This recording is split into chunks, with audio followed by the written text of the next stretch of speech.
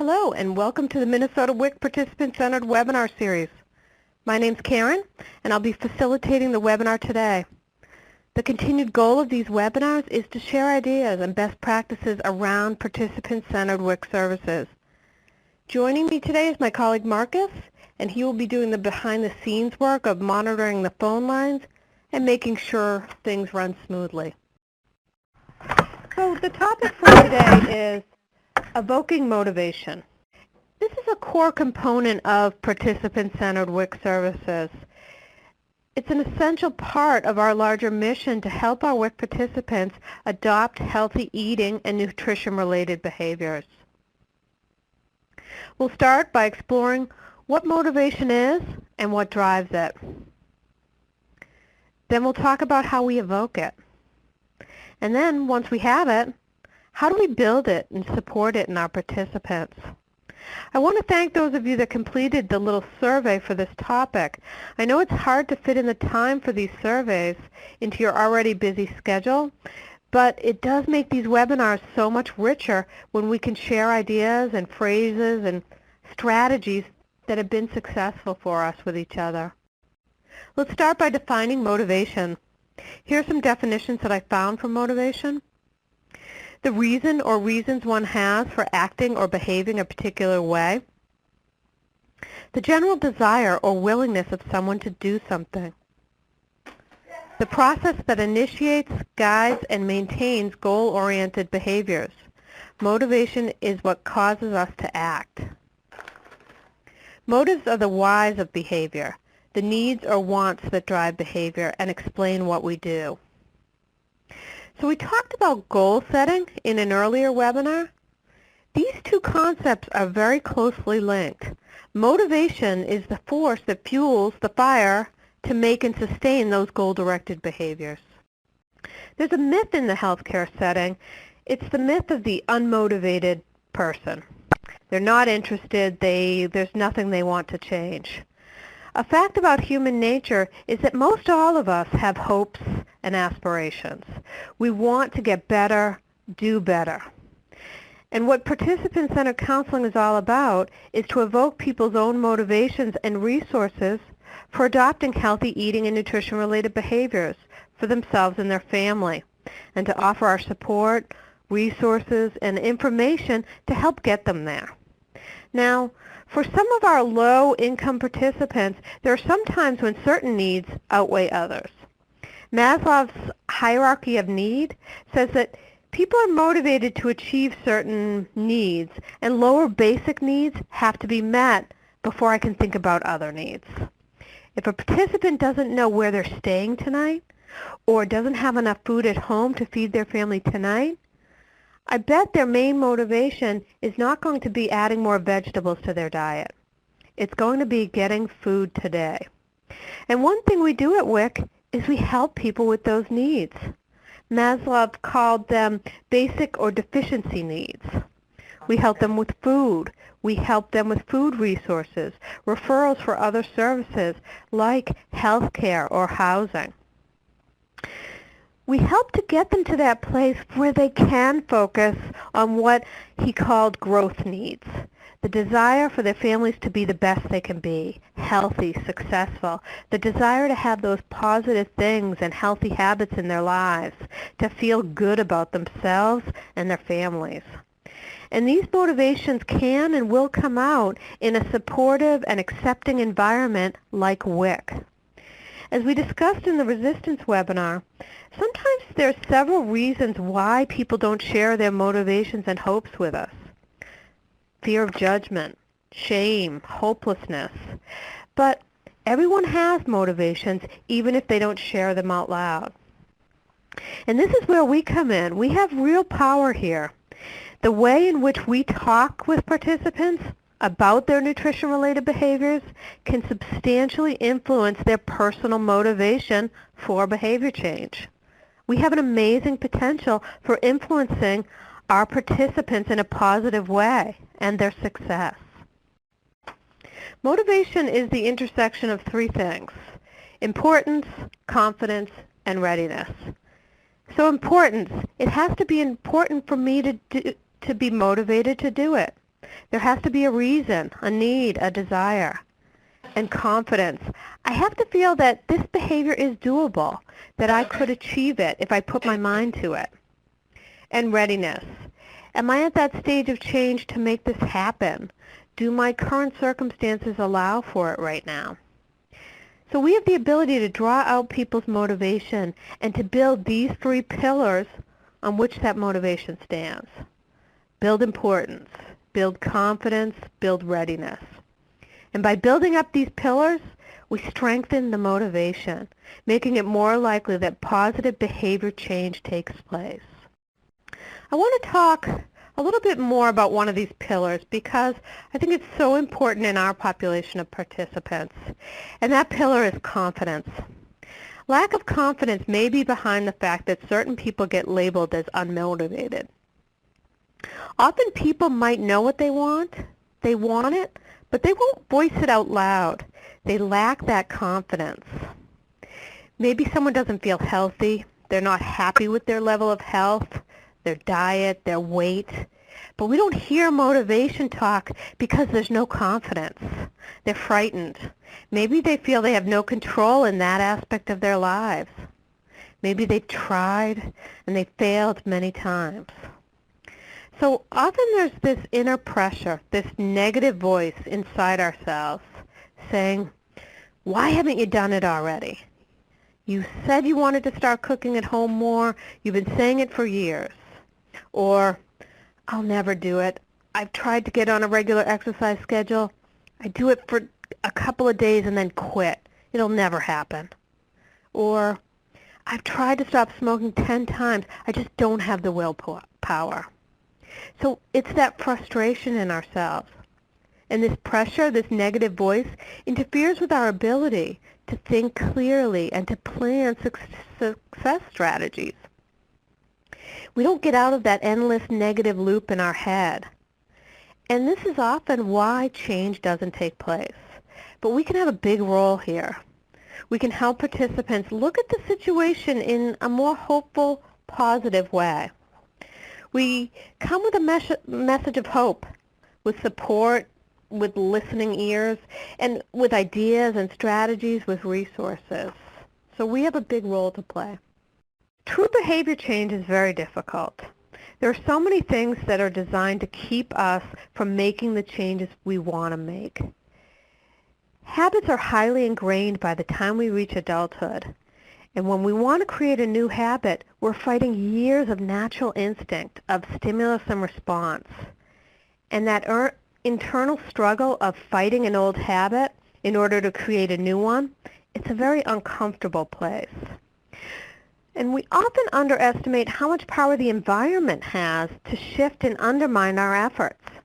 Those triggers that we encounter, the stressful traffic jam that makes us reach for a cigarette, or the plate of brownies that our coworker brings in. So these are real-life challenges that our participants face. But it doesn't mean that change isn't possible. We help increase people's odds by building motivation, by setting small targets, by taking baby steps, with planning and controlling the environment as much as we can, by preparing them for challenges. And because behavior change is hard, we should celebrate every small change made. Someone has cut down on a few cigarettes. That's huge. Celebrate it. Encourage it. They're cooking one meal at home a week now. Or they're packing a water bottle at work so they don't have to buy soda. These small changes over time result in huge impact on our health. What I see sometimes during observations is that we focus on the big end goal and not those small successes.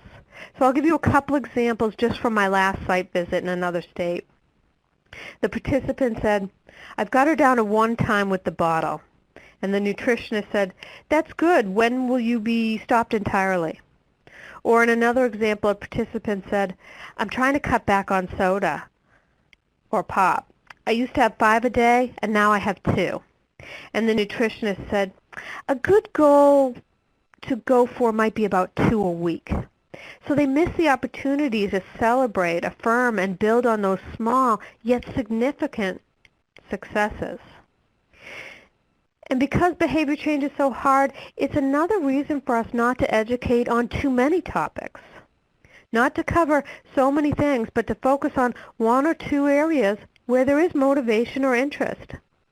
If the behavior change is so hard and difficult, then we should focus our efforts on achieving that one or two small changes and then add to them over time. One special aspect of our population in WIC that's worth noting is that it's easier for parents to influence children's habits at this young age. This is when eating patterns, eating habits, preferences are being formed, and parents and caregivers can have a huge impact in that birth to 5 range. And this is good for parents to hear. Small actions now, adding a vegetable with dinner, trying a variety of foods, brushing their teeth, eating less fast food, these small changes will impact a lifetime of habits for these children. A core concept in participant-centered services is that internal motivators work best. True motivation has to come from within. No one can make us change unless we truly want to. It would be nice if we could tell people what to care about, what their priorities should be, what changes they should make. It would certainly be easier for us.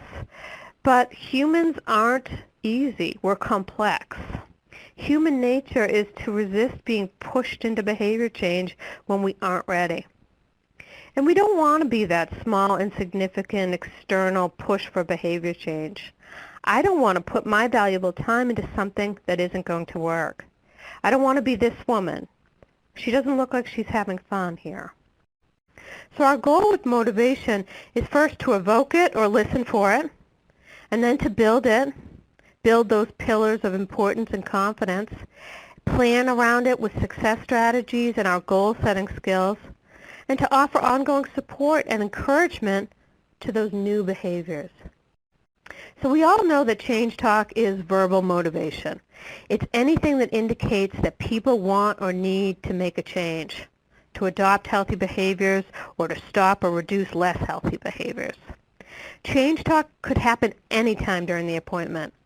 And sometimes it happens without any effort. They walk in and you say, "How are you today?" And they say, "Good. You know, I've been thinking and I want to start making my own baby food." Bam, your focus area is like a gift dropped into your lap. And often this happens where it's easy and it just naturally arises in the conversation. And other times we might have to work harder to evoke it.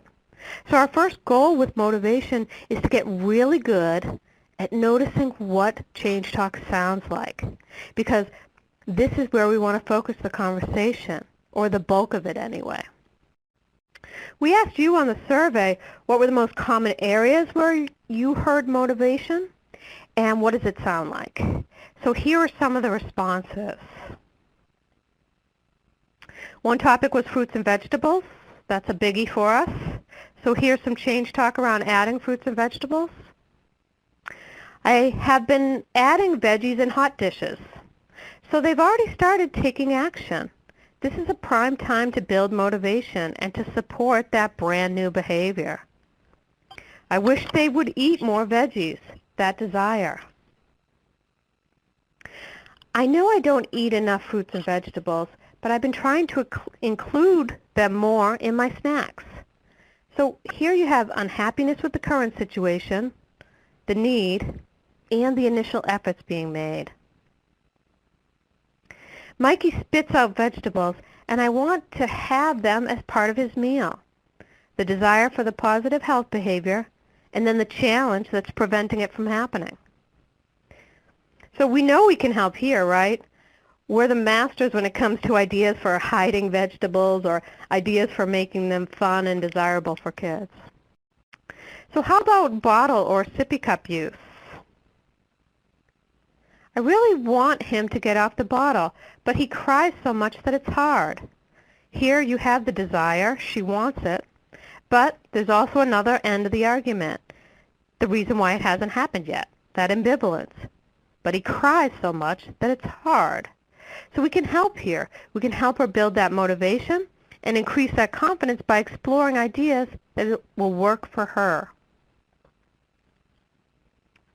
I know that she shouldn't be taking a sippy cup to bed with her, but it's hard when we live in an apartment and I don't want the neighbors to get mad. Again, citing both reasons to change and reasons not to change. I know she's too old for a bottle. She knows she should. There's a need there. She's not telling you the other side of the argument why she's still doing the behavior. But this is one of those instances when she doesn't need information. She knows the recommendation. She needs to work on the motivation part. I started offering a sippy cup during the day, so already taking action steps. And I want to do a few more of these because it's so important to get good at picking up on the motivation and the change talk so we can focus there. This is where we'll most likely see positive, lasting behavior change. This is where our actions and our influence and our support will have their biggest effect. So how about breastfeeding? I don't want to use formula this time around. I hope I can breastfeed. Desire. I've heard breastfeeding is healthier.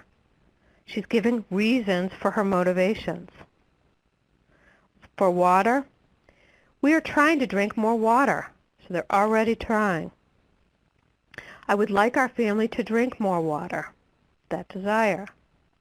For smoking, I've cut back, or I wish I could quit. These are two very different stages of motivation that may need different counseling approaches. So the better we get at hearing these motivations, the better we'll be at pulling them out and then building them up. When we talk about motivations, it's important to find out what drives those motivations. A good strategy is to ask questions that get at people's values, or what do they consider important when making decisions? What's important to them? This will help customize the questions we ask and the information that we share. For example, if I know that achievement and success are values that are important to someone, I might sell breastfeeding with that potential to maximize brain development and IQ. And I might sell it differently to someone who values connection and relationship more, or values financial security more. So each of us has a core set of values that determine where we put our energy and that help us determine what's meaningful, what's important. One thing that will help us here is to ask questions that will get at what's important to them around health, nutrition, and eating, the topics we're interested in. So here are some examples from the survey to help get at those values. What is the most important thing to you when feeding your family? Maybe it's spending time together. Maybe it's that the food be healthy. Maybe it's keeping costs low. Finding this out will help us tailor that conversation. What are you proud of when it comes to you and your family's eating? We experience pride when we're living up to an aspect of something that we value, or when our behaviors align with our value system. What are the most important aspects of health to you? Just some good suggestions around finding out what they consider important when making decisions.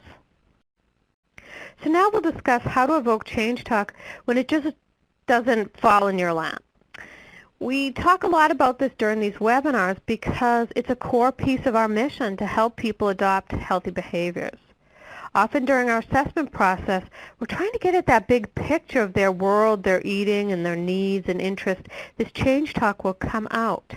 But if it doesn't arise naturally, we have to ask the right questions during our assessment process to get at that inner motivation that lead us to where their energy is. Questions help people to talk, and the more we can get people to talk about their motivations, the more we build those legs under that motivation, the more real it becomes, the more likely it becomes that change is going to happen. So the goal is to find the questions that work for you to bring out those motivators. And when you find good ones, to share them with your colleagues. Here are some examples of questions to evoke change talk that were offered on the survey. If you lived in a perfect world, what would you want to be different? What healthy habits are you working on to improve in your child or your family? What changes would you like to make for your family to be healthier? If you could wave a magic wand, what would you change? So I also wanted to bring up a topic about what is assessment and what is education. We know that most of the time we want to get an overall picture with the assessment process before jumping in and providing education. And we do this for a lot of different reasons. One is that we might not have the whole story and we might give incorrect advice or information. Also, we could inadvertently send the message of judgment if we go in and educate too early. We could also run the risk of spending our limited education time on something that isn't really important to this person. So there are a lot of reasons for the general practice of not giving advice or education too early in the conversation. But sometimes what we need to do is probe a little further to explore, is this the thing? Is there motivation here or not? Someone on the survey gave this advice. When you hear change talk, explore the importance to build their motivation and increase your understanding. So in a previous webinar, we gave the example of smoking. We said, often during the assessment process, someone will give you a clue along with their answer. They might say something like, I smoke about 5 cigarettes a day now, but I was at 10, so I've cut down a lot. But sometimes you're not sure. You need to follow up with more questions or reflective listening to clarify, is there motivation for change around this issue? During my last on-site visit in another state, I heard this statement. He had an appointment with the dentist and he had lots of cavities. I'd want to explore this issue to see is there motivation I can work with around teeth brushing and around protecting his teeth. The reason I bring this up is, for me, this is still assessment. I haven't moved into goal setting yet. I'm still exploring. I'm seeing where their motivation is, what I can bring out. I'm seeing what's important to them. One suggestion someone gave on the survey for a question to get at someone's motivation and reasons for change is to ask, what's the most important reason for you to, whatever it is, cut down on junk food, drink more milk during pregnancy, take a prenatal vitamin, whatever the behavior is. The more they talk about the reasons out loud, the stronger the motivation will be. I'd like to do a poll question. I want to give you something that you might hear on an assessment and ask you for a possible next step. So here's the statement. She likes fruit. With vegetables, though, it's a struggle. She won't eat them. Now, I think there's motivation there. She hasn't said that she wants her to eat more vegetables, but since she referred to it as a struggle, I'm going to assume that she's unhappy about it. So what could be my next question to get a little bit more and see, is there motivation?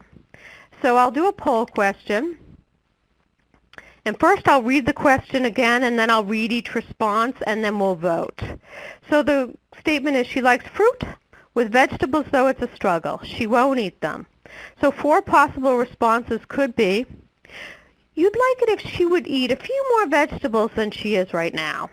So you're reflecting, you're taking a guess. She could always correct you. Or, is that something you'd like to change if you could? Simply clarifying the motivation. Or, for you, what are the most important reasons for her to learn to eat vegetables?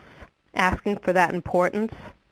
Or, we do help people with ideas for getting kids to eat more vegetables.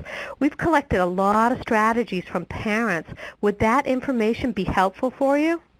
So you're exploring if information sharing is needed. Or maybe you have another option that you might be even better, and I invite you to write that in the chat box. So go ahead and everyone vote now. All right.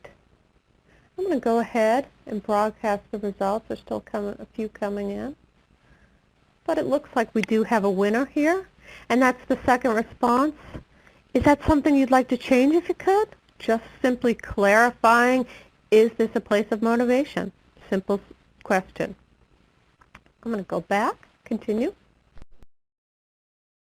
So it helps sometimes to feel around, dig a little bit more for that motivation. So we talked about evoking where the motivation is. Now I want to talk about what to do once you have it. There are things we can do to build it. If we can get people to explore their motivation out loud, that's the goal. So some techniques include looking over the fence, measuring it using the ruler technique, reflecting motivation, and affirming motivation. Now, these strategies don't have to take lots of time. The time it takes for some of these can be measured in seconds or minutes depending on the time you have. But for me, I'd always rather spend another minute on an area where I found motivation rather than introducing a new area or new education where there might not be energy. Looking over the fence is a simple technique to ask people questions about what it will be like when they get there, when they're doing the behavior. So how will you feel when you get to where you want to be? How will things be different for you? This does a few things. It helps them connect to that feeling of success and confidence and pride they'll feel when they get there. It helps them talk about the benefits they'll get as a result of doing the action. Also, it helps them start to connect to those things that will have to be different in their lives to accommodate that change. Here's some phrasing that you suggested, and I added one myself as well. What would that change look like for you? Say it was eating out less and packing more lunches instead. How will you feel when you are done with bottles entirely and she's drinking from the cup? Could you tell me more about that? How would your life or week be different if you made this change? Say if you had a regular exercise routine. What would the positive things that happen to you when you have family meals, when you stop or cut down on smoking, whatever it is? Well, maybe I'll breathe better, I'll save money, I'll be setting a good example for my son. So now you have her voicing the reasons for making the change. Or if it's family meals, she might say, well, the positive things that will happen when we'll all be together, we could share about our day. I know we would eat healthier than just grabbing on the go, what we're doing now. So by voicing these things out loud, they're literally talking themselves into the change, and it's more likely that it will take place. It's not a guarantee, but it's increasing the odds. And the converse of looking over the fence or looking ahead is looking back. It could be that there's a time when things were the way they wanted them, and they're not anymore. So someone could say, before I moved, everything was great. My weight was fine. I was active. So I want her to talk about what happened then. What was working for her then that's not working now? Because those are the type of things that would likely work for her now. So looking forward and looking back are both effective depending on the situation. Measuring motivation with a ruler technique is a strategy I know some of you use, and it's very effective. They've done studies, and just asking people to verbally measure how motivated they are or how confident they are, just the process of measuring it increases it, which is pretty neat. I wonder if it's from speaking about it out loud. In a way, you're making it real, you're committing to it. So with the ruler technique, you ask them to rate their motivation or confidence or importance on a scale. For example, how strongly do you feel about wanting to get more exercise? On a scale of 1 to 10, where 1 is not at all and 10 is very much. So it's important to tell them what the ends of the range are so they know, not just rate how important it is or what would you rate it at. And I like to have fun with the ends of my ranges too. I could say something like, how important is it for you to cut down on smoking during the pregnancy? With 1, not that important, and 10 is, I need to start tomorrow. So you can kind of play with what your ends are. And they'll need time to think here. it's not an instant response. It's a question that they have to think about, so give them time to process. A lot of the times, right after they give you the number, they'll also give you their thought process that went into that number, their reasoning, and that's right where you want them to be, talking about it. And you could go further and ask, why did you choose, say, a 6 and not a lower number, say a 3? Why did you choose a 6 and not a 3? Their answer to this will be reasons to change. It will be change talk. Well, I needed to do it. I know I'd feel healthier in general when I'm active, and my pants are getting a little tight, and I don't like that. So they're giving reasons for change. What you don't want to do is ask, why aren't you at a 10 yet? Because this is going to bring out reasons why not to change.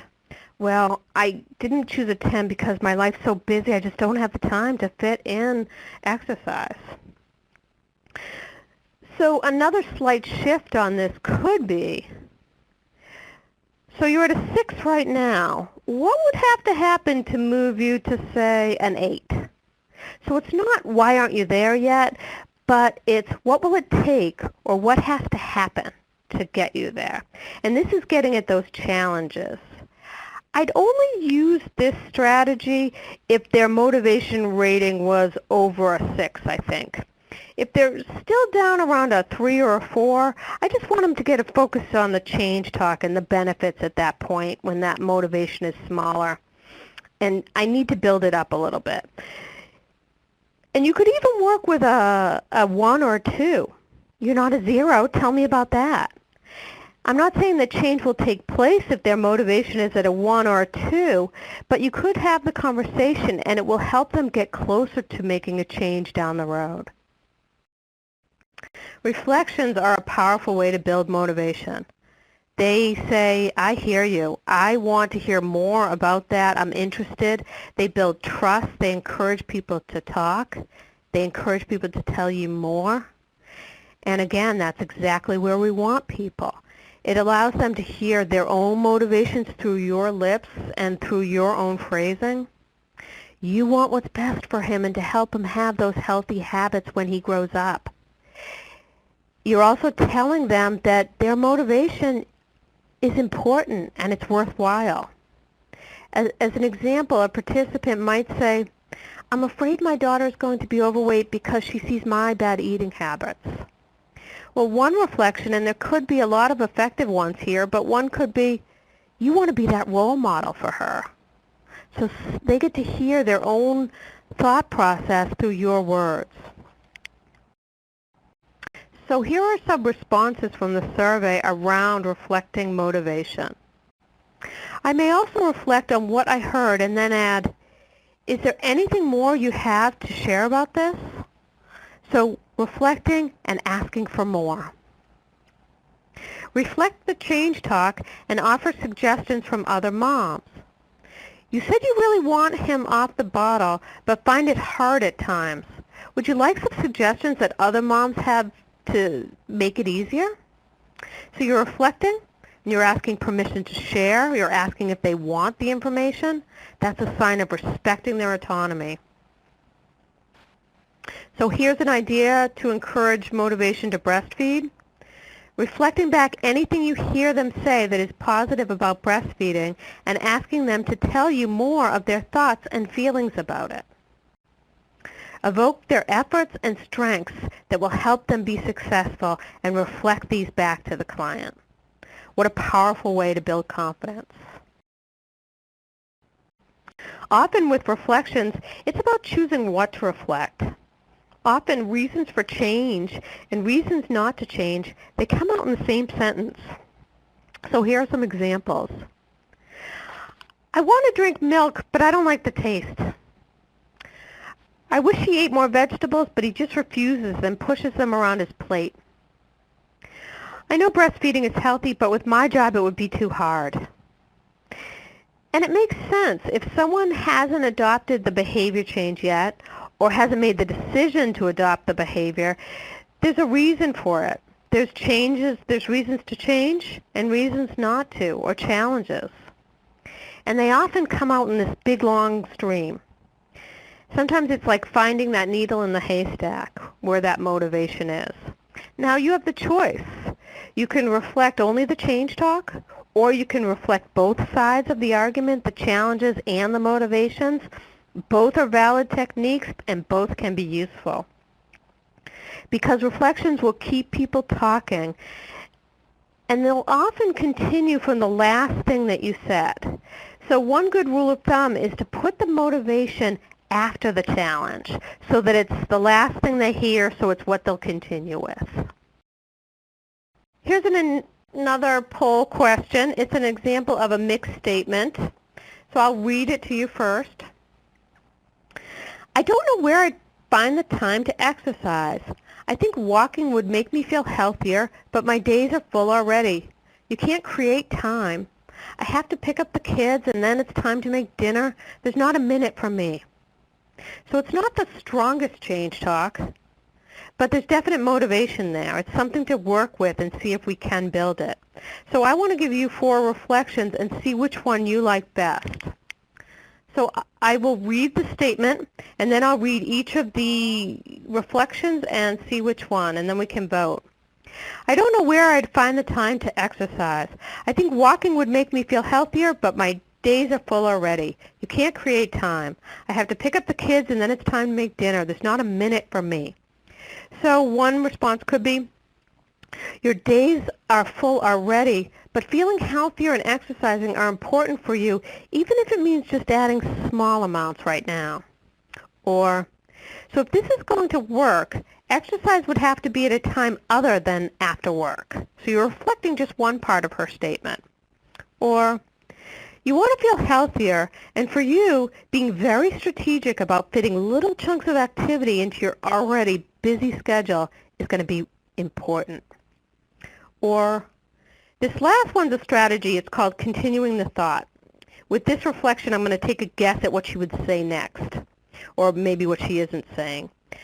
So after she ends with, there's not a minute for me, I might continue and say, and finding that 1 minute for you, that few minutes to work on your health, would help you be better for them too, because you'll feel healthier. So go ahead and place your vote now. Looks like we've got some votes, so I'm going to broadcast the results. And it looks like there was a mix here. Looks like response 1, 3, and 4 each had a significant amount of votes. And that's good, because for any given statement, there's a lot of ways we can reflect it and a lot of things we can put priority on.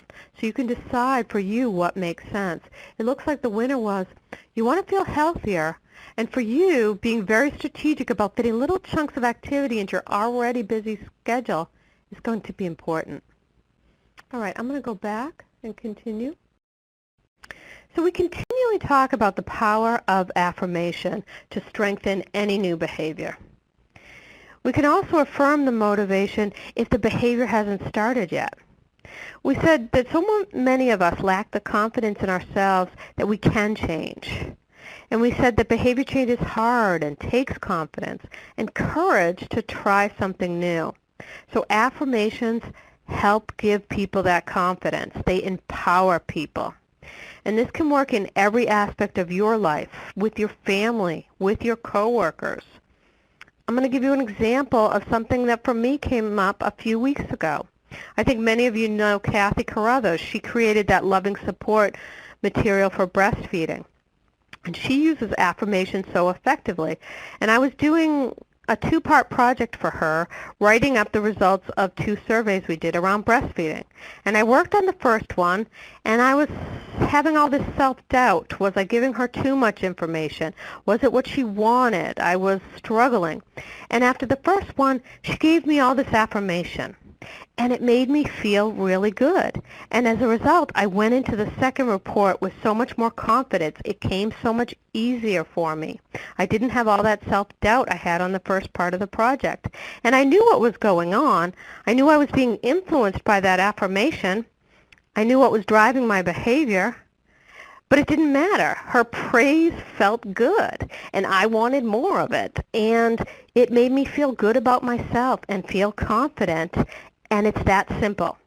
So this is what we can do for our participants and what we can do for each other as well.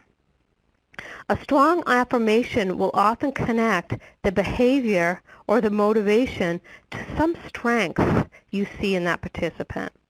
Something that will motivate them to see something in themselves, change their self-perception for the better, or to emphasize why that behavior is so important in the big picture. Here are some of your thoughts on affirmations from the survey. I love this one. This is going to be my new motto. It says, affirm, affirm, affirm. Instead of the realtor's model of location, location, location. This is the model for encouraging motivation and new behaviors. Affirm, affirm, affirm. Complement and add additional information if client is open to learn more. So affirm and add. This is a really great way to share information. Accentuate what is already being done. Praise the motivation. So you can affirm the motivation, the desire, tell them why the motivation is important. Here's an example of an affirmation from the survey. You have very good knowledge about breastfeeding. You really want to give your baby a very healthy start in life. So I want to deconstruct this affirmation because it's a good one. First, it uses the direct you pronoun. It's more powerful than saying, I think you are this. It's saying, you're this, or you have this. It allows people to better connect to the truth of it and say, you know, she's right. I am knowledgeable. I have good knowledge. Next, this affirmation is pointing out one of her strengths. It's giving her something special about herself. She's knowledgeable about breastfeeding. And this is going to build her confidence around breastfeeding, build that self-esteem.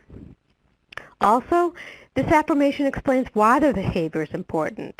It will give the baby a healthy start in life. So this is an example of an affirmation that has all the aspects of a good, strong, complex affirmation, and that will work to increase motivation for that behavior. So in the goal-setting webinar, we talked a lot about the next stage, turning this motivation into plans for action, breaking things down into concrete strategies for success. So here's a few more tips and phrasing suggestions from the survey. What is your plan for this? What has worked in the past? What have you tried? What are your plans concerning that? How do you see this working in the future? Tell me more. How would that work out? How would you start? What would it take? So all good questions. I really like the how would you start one. It seems smaller to think about. Just what's the first thing that you would need to do to start the process? Give them additional ideas and ask if any of them would work for them. So you could share your ideas of things you've learned from other participants. If the client is open to education, knowing what to expect can help them feel like it's possible within their situation. So this anticipatory guidance, knowing what to expect, it's a gift that we can give participants. It helps them be ready for when that time comes. Introducing solids, those terrible twos, and the changes in eating patterns. The natural tendency many kids have to become picky and want the same foods again and again, and why that's natural for kids. The changes in appetite and the changes in calorie needs that happen between that 1 to 2-year-old range. All kinds of different things that we can do to give them that anticipatory guidance of what to expect. There's one last concept I want to touch on around motivation, and that is that it's not a constant thing, that once you have it, you'll always have it. Motivation may wax and wane with the situation, with the environment that we're in. And it's important to communicate that to participants. We can help them prepare for setbacks, that change is about progress and not perfection. We can ask them what they can do to control the environment.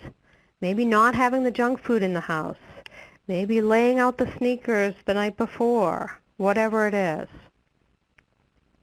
And this is also why, as counselors, we continue to talk about motivation out loud, even if they're already doing the behavior, because at some point, their motivation will wane. So we want to make sure their commitment to the behavior is as strong as it can possibly be to help them get through those times. So if they've cut down on smoking, we can ask, how do you feel? Or what are your biggest motivators for continuing to breastfeed? Or what keeps you going? What keeps you introducing those vegetables and asking them to try just one bite? Or what's the best thing for you about exercising? So motivation and building it is this ongoing process. And again, we have the potential to have a giant impact on the success of our participants if we focus on this and building this motivation for people. Okay, so I guess we'll wrap it up. I want to say thank you for your continued level of participation in these webinars. I hope you give some thought this week to motivation, the topic, and working with some of the concepts and strategies around motivation with your participants. Thank you for joining us, and I hope to see you in the future for more of these webinars. So thank you and goodbye.